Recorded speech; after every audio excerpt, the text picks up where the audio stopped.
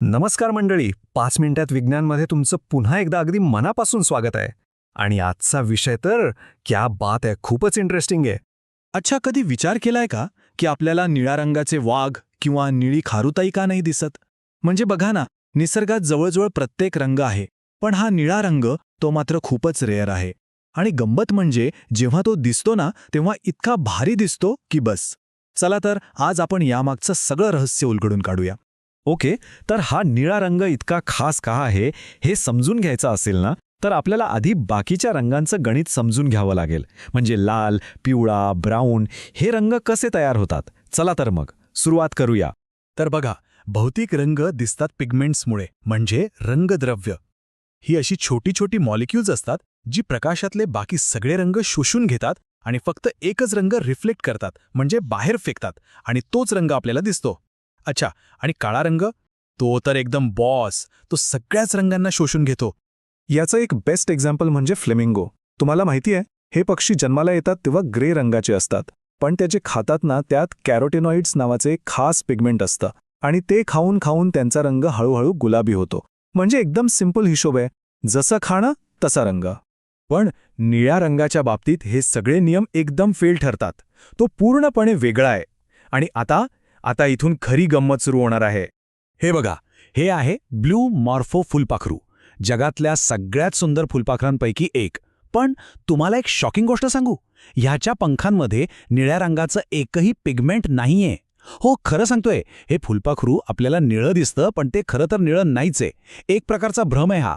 मग प्रश्न पडतो की हा निळा रंग येतो तरी कुठून? तर याचं उत्तर केमिस्ट्रीमध्ये नाही, फिजिक्समध्ये आहे. याला म्हणतात स्ट्रक्चरल कलर. म्हणजे हा रंग केमिकलमुळे नाही, तर त्या वस्तूच्या मायक्रोस्कोपिक स्ट्रक्चरमुळे, म्हणजे तिच्या अतिसूक्ष्म रचनेमुळे तयार होतो. कमाल आहे ना? हे बघा, जर आपण ब्लू मॉर्फोच्या पंखावरचा तो एक छोटासा खवला घेतला आणि त्याला मायक्रोस्कोप खाली झूम झूम करत गेलो, तर काय दिसेल माहितीये? अगदी लहान लहान क्रिसमस ट्रीच्या आकाराच्या रचना, आणि याच रचनेमध्ये निळ्या रंगाचं सगळं सिक्रेट लपलेलं आहे.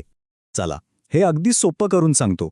जेव्हा लाईट या क्रिसमस ट्री सारख्या स्ट्रक्चरवर पडतो, तेव्हा तो वरून आणि खालून दोन्ही भागांवरून रिफ्लेक्ट होतो. पण या स्ट्रक्चरचं डिझाईनच इतका भारी आहे की निळ्या रंगाला सोडून बाकी सगळ्या रंगांच्या लाईट वेव्स एकमेकांना कॅन्सल करून टाकतात. आणि मग काय, फक्त निळ्या रंगाच्या लहरीच एकत्र येतात आणि आपल्या डोळ्यांपर्यंत पोहोचतात. कल्पना करा, जणू काही हा एक आरशांचा हॉल आहे, जो फक्त निळ्या लाईटलाच बाहेर पडू देतो. आणि एवढंच नाही, या स्ट्रक्चरच्या तळाशी एक पिगमेंट असतं, जे उरलेला लाल आणि हिरवा प्रकाश शोषून घेतं, आणि त्यामुळे तो निळा रंग आणखीनच प्युअर आणि व्हायब्रंट दिसतो. आणि गंमत म्हणजे ही ट्रिक फक्त फुलपाखरच वापरत नाहीत, निसर्गात सगळीकडे हाच फंडा आहे. ब्लू जे नावाच्या पक्षाचे पंख, आपला लाडका मोर, त्याचा तो सुंदर पिसारा, आणि हो, माणसांचे निळे डोळे सुद्धा. या सगळ्यांमधला निळा रंग हा कोणत्या पिगमेंटमुळे नाही, तर याच स्ट्रक्चरल कलरच्या जादूमुळे तयार झालेला असतो. पण मग एक मोठा प्रश्न डोक्यात येतो. निसर्गाने एखादं साधंसं निळं पिगमेंट बनवण्याऐवजी इतकं कॉम्प्लिकेटेड फिजिक्सचं जुगाड का केला असेल? यावर शास्त्रज्ञांची एक खूप इंटरेस्टिंग थिअरी आहे. त्यांचं म्हणणं असं आहे की इव्होल्युशनसाठी पूर्णपणे नवीन केमिस्ट्री वापरून निळ्या रंगाचं मॉलिक्यूल बनवणं खूपच अवघड होतं. त्यापेक्षा शरीराच्या मायक्रोस्कोपिक स्ट्रक्चरमध्ये थोडे बदल करून फिजिक्सच्या मदतीने निळा रंग तयार करणं जास्त सोपं होतं. पण हे बघा, निसर्गाने एका बायोलॉजीच्या प्रॉब्लेमवर काय भारी इंजिनिअरिंग सोल्युशन काढले. निसर्गात खरंखुरं निळं पिगमेंट बनवणं किती रेअर आहे याचा अंदाज तुम्हाला यावरून येईल की आजपर्यंत आपल्याला फक्त एकच असं फुलपाखरू सापडलंय जे स्वतः निळं पिगमेंट बनवतं, आणि त्याचं नाव आहे ऑलिव्ह विंग. खरंच किती स्पेशल आहे ना हे. शेकडो वर्षांपासून हे रंग माणसाला आकर्षित करत आले आहेत. जरा विचार करा, 1665 मध्ये रॉबर्ट हुक नावाच्या सायंटिस्टने जेव्हा पहिल्यांदा मायक्रोस्कोपमधून मोराचा पिसारा पाहिला, तेव्हा ते अक्षरशः थक्क झाले आणि म्हणाले, हे रंग तर फक्त काल्पनिक वाटतात.